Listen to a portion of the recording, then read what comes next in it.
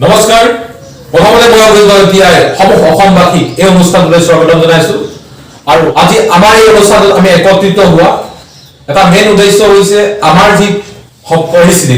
বৰ্তমান যি পৰিস্থিতি আৰু এইটো মুহূৰ্তত আপোনালোকৰ মনত এটা এনেকুৱা আজুল-পাজুল হৈ আছে আপোনালোকে এটা সঠিক সিদ্ধান্ত ল'বৰ কাৰণে যথেষ্ট কষ্ট হৈছে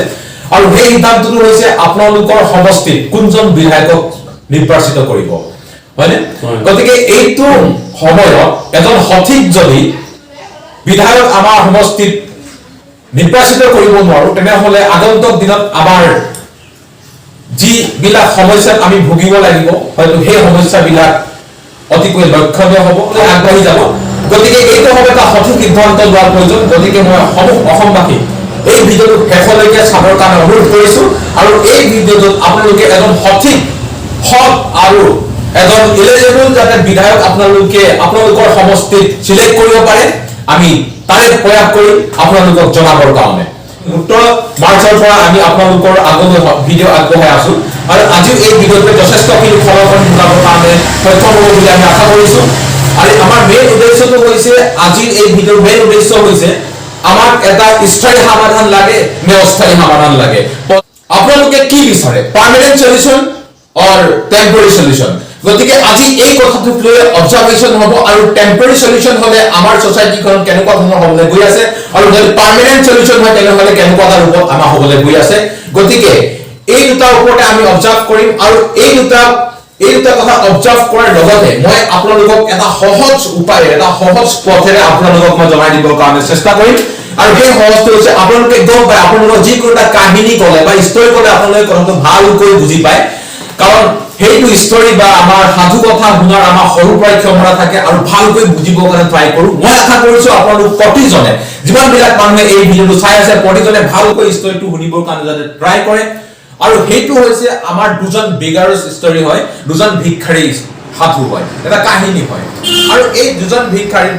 এখন চহৰত বাস কৰিছিল আৰু সেই চহৰখন এদিন কিবা কাৰণত সেই দুজন ব্যক্তি লগ হ'ল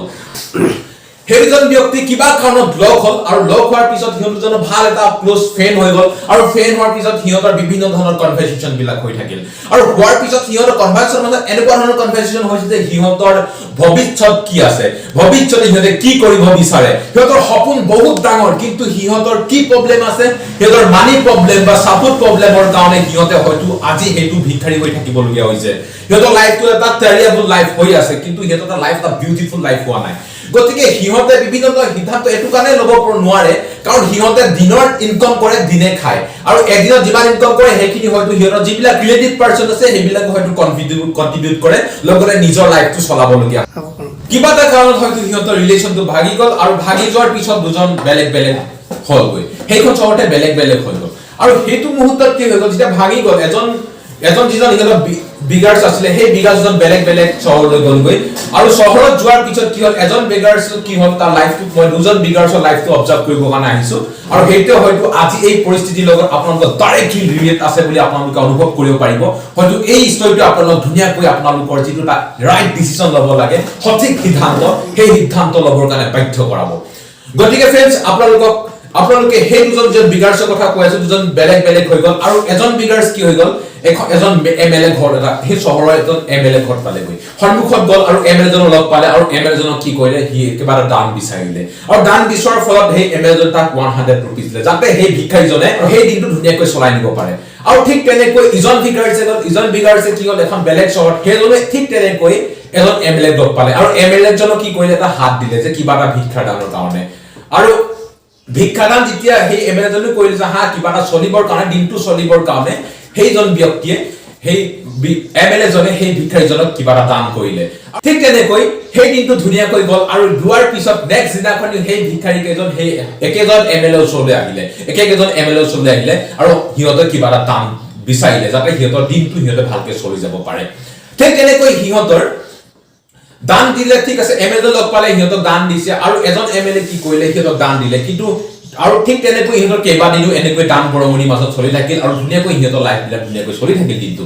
আৰু ঠিক তেনেকৈ কিন্তু এজন এমএলএ কি কৰে কি সিদ্ধান্ত ল'লে সেইজন যেতিয়া ভিক্ষাৰী আকৌ নেক্সট দিনাখন যেতিয়া গৈছে ভিক্ষা খুজিবৰ কাৰণে তেতিয়া সেইজনে সেই ভিক্ষাৰীজনক কি কৰে দান নিদি কিনি সেই ব্যক্তিজনক ভালকৈ বহাই কি ধুনীয়াকৈ কথা পাতিলে কথাৰ পিছত সুধিলে যে তুমি কি কৰিব বিচাৰা তোমাৰ সপোন কি আছে তোমাৰ সপোনত যদি আগবাঢ়িব পৰা নাই তেনে তোমাৰ প্ৰবলেম কি আছে বিভিন্ন কথাবিলাক খুজি কিনি এটা সঠিক উত্তৰ লৈ সেই ব্যক্তিজনে কি কৰিলে তাৰ পৰা 20000 টকা উলিয়াই কিনি সেই ভিক্ষাৰীজনক দিলে আৰু সেই ভিক্ষাৰীজনে 20000 টকা লৈ কিনি আহি পেলালে কিন্তু সেই একেটা মোমেন্টতে ইজন ভিক্ষাৰী সেই ইজন এমএলএ চলি গল আৰু এমএলএ জনৰ পিছত যোৱাৰ পিছত এটা ভিক্ষাৰী গুচতে সেই এমএলএ জনে 100 টকা দিলে ঠিক তেনেকৈ সেই ভিক্ষাৰীজনে হেনেকৈ চলি থাকিল সদায় 100 দিয়ে এনেকৈ প্ৰায় 1 বছৰ পাৰ হৈ গল 1 বছৰ পাৰ হৈ যোৱাৰ পিছত সেই ভিক্ষাৰীজনৰ মনত এটা ভাব আহিলে যে না মই কিমান আৰু কিমান এই মানুহজন একেজন মানুহ চলি যাম একেজন মানুহ হয়তো সেই ভিক্ষাৰীজনৰ মনত এটা লাজ হৈছিলে যিটো লাজে হয়তো সেই টাইমত এনেকুৱা এটা সিদ্ধান্ত ললে যে সেই সিদ্ধান্তটোৱে সেই এমএলএ জনৰ ওচৰলৈ নগল আৰু হয়তো সেই এমএলএ জনে যেতিয়া সিদ্ধান্তটো লোৱাৰ পিছত এমএলএ জনে ভাবিলে যে ৰাতিপুৱা মৰ্নিঙত যেতিয়া আহিছে সি ভাবিছে যে মানুহজন কিয় অহা নাই ভিক্ষাৰীজন কিয় অহা নাই সেইটো এডিকচন হৈ গৈছে তাৰ সদায় দি কিন্তু সেইদিনাখন যেতিয়া নাপাই অলপ চিন্তা হৈছিল কিন্তু সেই কথাটো সি ভাবিবৰ কাৰণে বাদ দিলে আৰু এৰি দিলে কিন্তু ঠিক তেনেকৈ সেইজন যেতিয়া সেই ভিক্ষাৰীজনে তাৰ পৰা আহি পেলালে যে মই এজনৰ পৰা নুগুণা ইয়াত নাথাকো আৰু মই মোৰ লাইফটো লিড কৰিবৰ কাৰণে ধুনীয়াকৈ চলাই নিবৰ কাৰণে ভিক্ষা খুজিবৰ কাৰণে বেলেগ এখন চহৰলৈ যোৱাৰ প্ৰয়োজন আৰু ঠিক তেনেকৈ সেই ভিক্ষাৰীজনে এখন বেলেগ চহৰলৈ গ'লগৈ আৰু সেই চহৰখনত সি ভিক্ষা খুজি গৈ এটা সময়ত কি পালে এখন সেই চহৰখনৰ আটাইতকৈ যিখন ডাঙৰ স্তৰ হয় সেই স্তৰখন তাত পালেগৈ আৰু সেই স্তৰখনৰ ভিতৰত সোমাই কিনি কিবা এটা ভিক্ষা মাগিলে আৰু মগাৰ পিছতে আচৰিত হৈ গল আচৰিত কিয় হল আচৰিত এনেকুৱা ধৰণৰ হৈ গল যে সি অপাস হৈ গল অকণমান দেৰি কাৰণে সি থৰ লাগি গল থৰ কিয় লাগি গল আৰু তাত সেই যিজন মানুহক তাক ইন্টাৰেক্ট কৰিলে সেই মানুহজন কোনো নাছিল যিজন মালিক আছিল সেই দোকানখনৰ সেই ডাঙৰ ষ্টৰটোৰ সেইজন মালিক আছিল তেওঁ যিটো আমাৰ এদিন লগ পাইছিল বুলি কৈছিল মই যিজন তাৰ লগৰে ভিক্ষাৰী আছিল সেই ভিক্ষাৰীজন আছিল তো সেই ভিক্ষাৰীজনক দেখি কিনি সি তাৰ চকু পানী ওলাই আহিল অহাৰ পিছত কি হল দুজনে হাবুদি কৰিলে আৰু দুজনৰ মাজত অকমান দি কনভাৰসেচন হোৱাৰ পিছত সিহঁতৰ দুজনক সুধিলে যে সেইজনৰ যিজনে মানুহে বহুত এটা ডাঙৰ এটা মাল্টিপ্লাই বিজনেছ ক্ৰিয়েট কৰিবৰ কাৰণে সক্ষম হ'ল সেই ব্যক্তিজনৰ ভিক্ষাৰীজনে সুধিলে যে তোমাৰ লগতো মোৰ লগতে আমিতো একে এটা অৱস্থাতে আছিলো তুমি ভিক্ষাৰী আছিলা মই ভিক্ষাৰী আছিলো এদিন কমাইছিলো দিনটো কমাইছিলো আৰু দিনে খাইছিলো কিন্তু তোমাৰ এই পৰিৱৰ্তন কিয় আহিল যেতিয়া সেই পৰিৱৰ্তন কেনেকৈ আহিল বুলি সোধা সেই ব্যক্তিজনে এটা সাংঘাতিক ধৰণৰ উত্তৰ দিলে আৰু সেই উত্তৰটোৱে হয়তো আপোনাৰ মোৰ আৰু আমাৰ সমাজৰ এটা সঠিক সিদ্ধান্ত ল'বৰ কাৰণে সক্ষম কৰাব আৰু সেইটোৱে মই আপোনালোকক জনাবৰ কাৰণে গৈ আছো আৰু সেই উত্তৰটো আছিল যে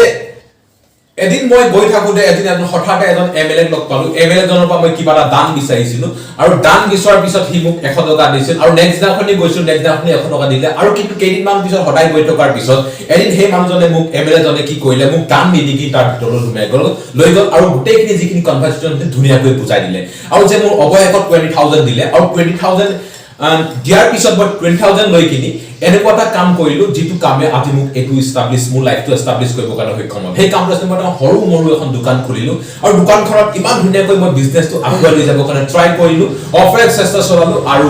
সেইটো চেষ্টাই হয়তো মোক আজি ইয়াৰ লৈ আহিবৰ কাৰণে সক্ষম হ'ল আৰু হয়তো আজি মোৰ লগত কেৱল মই নহয় মোৰ লগত বহুত মানুহে মোৰ লগত কাম কৰে যিখিনে হিহঁতৰ লাইফটো চলাবৰ কাৰণে হিহঁতৰ পৰিয়াল চলাবৰ কাৰণে হিহঁতে মোৰ ইয়াত কাম কৰে আৰু হয়তো হিহঁতক মই সঠিক টকা দিবৰ কাৰণে সদায় ট্ৰাই কৰো আৰু সেই পইচাই হয়তো হিহঁতৰ মোৰ লগতে হিহঁতৰ লাইফটো চলে আৰু এই ষ্টৰীটোৰ পৰা আমি এইটো কথাই মই যিটো কথা ভালকৈ বুজি পালো উপলব্ধি কৰিব পাৰিলো হয়তো আপোনালোকে হয়তো বুজি পাইছে এইটো সঠিক সময়ত যদি এটা সঠিক ডিসিশন নলয় সঠিক সিদ্ধান্ত নলয় তেনেহলে আপুনি বহুতে এটা বেয়া সিচুৱেচন বেয়া অৱস্থাত যাবৰ কাৰণে আপোনালোকে গৈ আছে আৰু সেই বেয়া অৱস্থাতে হয়তো ইয়াৰ লগত ডাইৰেক্ট ৰিলেট হৈ আছে কিয় কবলে গৈ আছে মই কৈ আছো আমাৰ এমএলএ বিলাক আমি বহুত লগ পাওঁ হয়নে বহুত এমএলএ আমি লগ পাওঁ মই বহুতবাৰ আমাৰ এই হদিয়া সমষ্টি যিজন বলিন চেতিয়া তাৰ ওচৰতো গৈছো বহুতবাৰ আৰু বিভিন্ন ধৰণৰ ব্যক্তিৰ ওচৰত গৈছো আৰু যিবা হেল্প বিচাৰি কিনি গৈছো কাৰণ মই এজন পঢ়ি শুনি আনএমপ্লয়মেন্ট হয় আৰু পঢ়ি শুনি মোৰ কোনো চাকৰি নাই কোনোবা কৰ্মসংস্থাপন আছে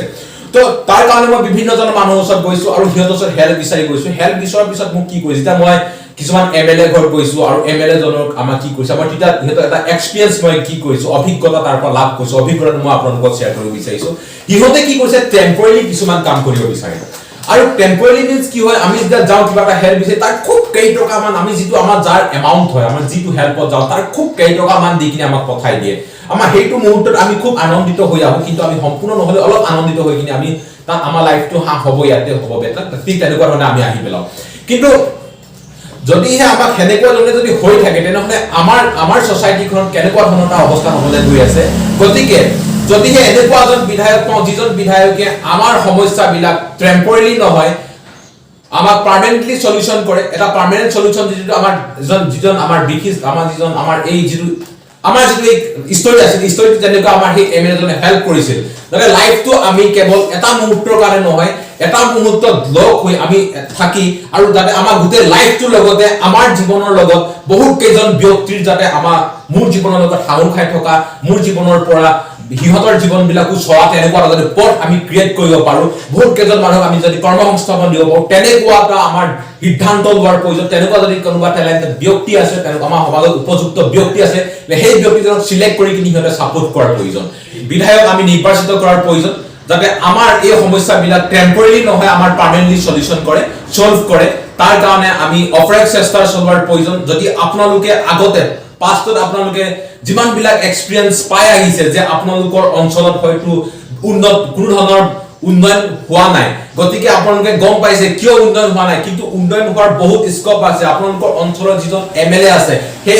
এমএলএ জনে আপোনালোকক পাৰে আপোনালোকৰ অঞ্চললৈ এটা পৰিৱৰ্তন লৈ আহিবৰ কাৰণে কিন্তু পৰিৱৰ্তনটো কিয় হোৱা নাই হয়তো সেই এমএলএ জনৰ কিবা উইকনেছ আছে কিবা দুৰ্বলতা আছে নহলে সেই এমএলএ জনে কিবা কিবি ইলিগেল এক্টিভিটিজ কৰি আছে যদি আপোনালোকে এনেকুৱা ধৰণৰ অভিজ্ঞতা পাই আছে তেনেহলে আপোনালোকে নেক্সট টাইমত যদি সেইজন ব্যক্তি আপোনালোকৰ আগত আহি আপোনালোকৰ লগত আহি যদি কিবা পইচা প্ৰলোভন দেখায় বা আপোনালোকৰ বিভিন্ন সাপোৰ্টৰ পৰিবহন দেখায় বা বিভিন্ন ধৰণৰ আপোনালোকৰ সপোন দেখায় যে নেক্সট যেতিয়া মই জিকাৰ পিছত আপোনালোকক আমুক যিমান প্ৰবলেম আছে প্ৰতিটো প্ৰবলেম আপোনালোকক সমাধান কৰিবৰ কাৰণে মই আগত আছো বুলি কয় তেনেহলে হেজন ব্যক্তিক আপুনি কেনেকৈ বিশ্বাস কৰি লব 10 বছৰ 15 বছৰ খায়ো যদি এজন বিধায়ক বা এজন মিনিষ্টাৰ কোনো ধৰণৰ পৰিৱৰ্তন আনিব নোৱাৰে কেৱল পৰিৱৰ্তনৰ বিপৰীতে আমাৰ সমাজলৈ এনেকুৱা এটা পৰিৱৰ্তন লৈ আহে যিটো পৰিৱৰ্তন আমাৰ কাৰণে সাংঘাতিক ধৰণে বেয়া হয় আমি যিটো পৰিৱৰ্তন ফেচ কৰিবৰ কাৰণে আমি বহুতে ভয় কৰো আমাৰ লাইফৰ আমাৰ যিটো পৰিৱৰ্তনে জাতি মাটি বিক্ৰী হ'বৰ কাৰণে বাধ্যত পেলাই আমাৰ প্ৰতিদিনাখনি আমাৰ সম্পূৰ্ণ অসমবাসীক আন্দোলন কৰিবলগীয়া এটা অৱস্থাত পেলাই দিয়ে তেনেকুৱা এটা আমাৰ তেনেকুৱা এখন চৰকাৰ নিশ্চয় আপোনালোকে নিশ্চয় এই কথাটো উপলব্ধি কৰিছে গতিকে মই আশা কৰিছো আপোনালোক অসমবাসীৰ পৰা যাতে আপোনালোকে এই কথাটো ভালকৈ বুজি লওক যে অকনমান আনন্দৰ কাৰণে যাতে আপোনালোকৰ লাইফটো 5 বছৰৰ লগতে আপোনালোকৰ জাতি মাটি আপোনালোকৰ ভেটি যাতে বিক্ৰী নকৰে তাৰে কামনা কৰিছো আৰু ইয়াৰ লগতে মই মোৰ লগত যিজন বিশিষ্ট ব্যক্তি বহি আছে এই অঞ্চলৰে বিশিষ্ট ব্যক্তি আৰু মোৰ খুবেই ঘনিষ্ঠ সম্পৰ্কৰ থকা বন্ধু হয় আৰু হিহঁতকেজনে সাপোৰ্ট কৰিছে আৰু বহুত মানুহ আছে হাজাৰ মানুহ আছে প্ৰতিজন মানুহ এটা সৰুটা কেবিনলৈ সৰুটা ৰুমলৈ অনাটো এটা সম্ভৱ নহয় গতিকে এইকেজন ব্যক্তিৰ পৰাও মই কিছু কথা জানিব বিচাৰিম যে হিহঁতে কি বিচাৰে কেনেকুৱা ধৰণৰ এজন বিধায়ক বা কেনেকুৱা ধৰণৰ আমি এইটো মুহূৰ্তত কি ডিসিশন লোৱাৰ প্ৰয়োজন কাৰণ এটা সঠিক সিদ্ধান্তই সমাজখন পৰিৱৰ্তন কৰিব পাৰে এটা সঠিক সিদ্ধান্তই আপোনালৈ সমাজখনলৈ দেশলৈ ৰাজ্যলৈ এটা পৰিৱৰ্তন লৈ আহিব পাৰে গতিকে প্ৰথমতে মই সৰুকণ বৰুৱাৰ পৰা জানিব বিচাৰিছো আমি খুব চমুকৈ তুমি কোৱাৰ প্ৰয়োজন যে আমি কেনেকুৱা ধৰণৰ সিদ্ধান্ত লোৱাৰ প্ৰয়োজন বা মানুহবিলাকে অসমবাসী কোনবিলাক সিদ্ধান্ত ললে মানে আমাৰ অসমখন সেফ হৈ থাকিব আমাৰ অসমখন